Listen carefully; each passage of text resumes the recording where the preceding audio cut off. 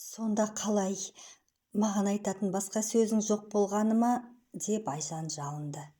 Күрең айғырдың мойнынан құшақтап, бетін жылқының жағына басып тұрған Бөкен оның сұрағына мән бермеді.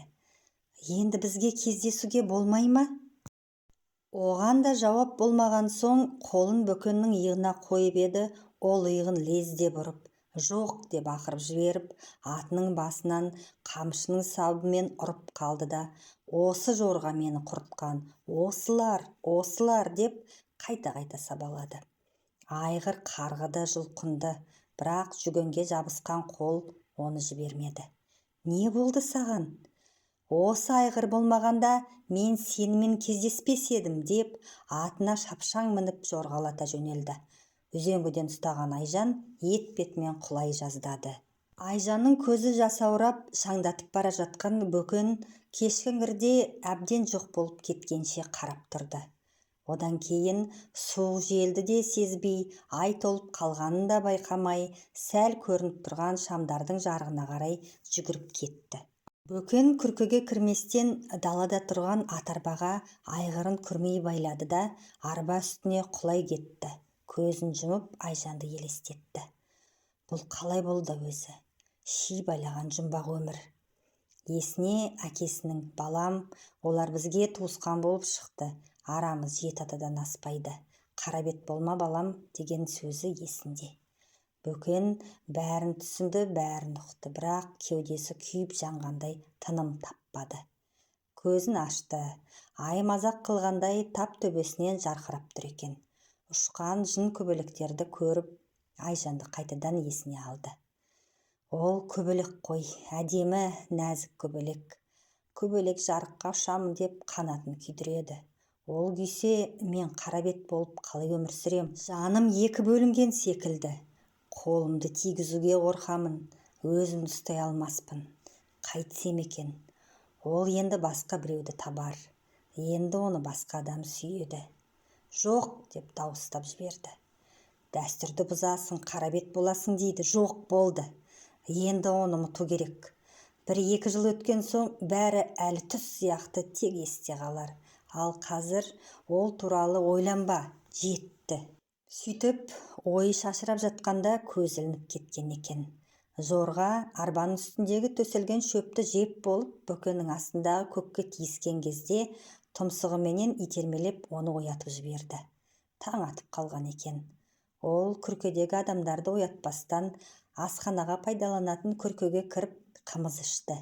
Айнаға көзі түсіп, өзінен өзі шошынды. Бұйра шашы бетіне түсіп, шашақ болып тұр екен. Көздері құтырған иттікі сияқты, қып-қызыл. Бөкен шашын дұрыстады да. Бүгін оны көрмесе мен жынданып кететін шығармын, тек соңғы рет қоштасу үшін деп шешті. Сол күйі азанда күрең айғырын жорғалатып, жылқыны түнгі жайылыстан қайтаруға шығып кетті. Күн батқанша асығып, Бөкен кешегі кеткен жерге беттеді.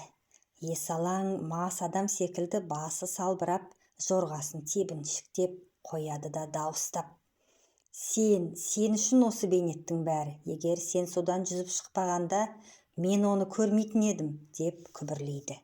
Айжан кешегі өз тастап кеткен жерден қозғалмағандай тұр екен. Бөкен атынан секіріп түсіп, оның алдына келді.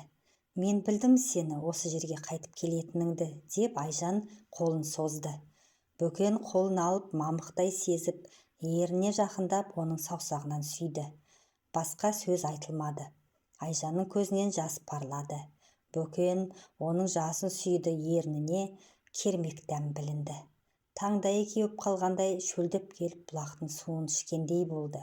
Шөл қанатын емес, абайлап ішеді, бірақ жұмбақ дүниеге батып барады. Бөкен болдырып қалған айғырды демін алып жайылып тұрған жерінен жетектеп, көгалда отырған Айжанның қасына келді. Оны көтеріп алдына алды. Айжан үнсіз мойнына асылды. Ауылдың шетіне келгенде Айжан, жібер мені, әрі қарай өзім барам. Енді бұл тәтті түс осымен бітті, деп жарыққа қарай жүре берді. Бөкен ісі біткендей өзеннің жағасына келді де атынан түсіп басын ұстап біраз отырды. О, қарабет, мен не қылдым? Ол бала ғой, әлі 15-ке толмаған, сен не бүлдірдің деп ойлады, өзіне өзі жиіркене.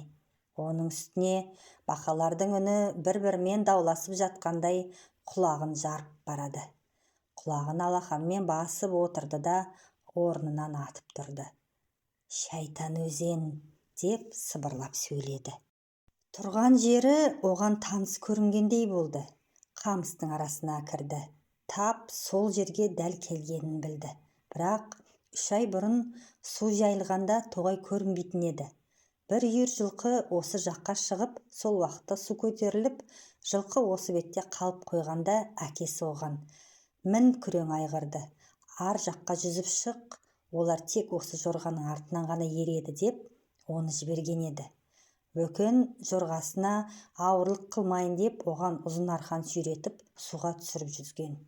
Арғы бетке шықса, жылқының маңында бір қыз бала гүл теріп жүр екен. Бөкенге ол ертедегі сұлудың өзі сияқты көрінді. Сөз айтылмады, бірақ олар бір-біріне ұзақ қарады. Бөкеннің жылқысын судан өткізіп шықты. Сол кезден бастап тек бір тілек пайда болды: қызбен қайтадан кездесу. 1 айдан соң суда тартылды. Ол бұл ауылға жиі келіп тұратын болды. Сөйтіп жүріп арманына жетті. Айжанмен кездесіп жүргеніне 2 апта болды. Бөкен дәл сол жер екеніне әбден анықтап көзі жеткесін бұл жерге қалай келгеніне таң қалды. Не болса да тағдыр айдап келген екен. Егер айғыр судан шығарса, онда Құдай мені кешірген. Олай болмаса, ажалым осы өзенде деп түйді. Жетектеп шетіне келгенде айғыры ұмтылып тұмсығын суға кіргізіп, ауыздығы алынбастан суға бас қойды. Тек сонда ғана жорғасының кешеден бері суырылмағаны Бөкеннің есіне түсті. Судың дірілінде ай мен жұлдыздар билеп тұрғандай көрінді. Бақалардың үні көбейді. Алдында шалшық жатқан ағын су болса, қазір жайын жүзетін қара өзен болған деп ойлады. Жылқы суға әбден қанған соң, Бөкен оны жетектеп өзеннің ортасына келді де басын жіберіп құйрығына жармасты. Бөкен айғырдың құйрығынан айырылмайды. Онда күн болса, мұнда түн. Маған енді қажетіне күнбе, түнбе деген оған ой келді. Жорғаның пырылдаған тынысы естілді. Судан жылқыны шығармай, шылбырын қамти ұстаған күйі үлкен ағысқа бағыттады. Бөкеннің қолы қарысып қалған, оның басы айналды, жұлдыздар да, ай да айналды. Оның ең соңғы рет естігені өзеннің гүрілі, бақалардың үні болды. Ең соңғы келген ойлар: тағы да шөлдедім, қара бет, қара суға қандыр шөліңді. Бөкен су бетіне түсіп тұрған айдың сәулесін ақырғы рет көріп үлгерді.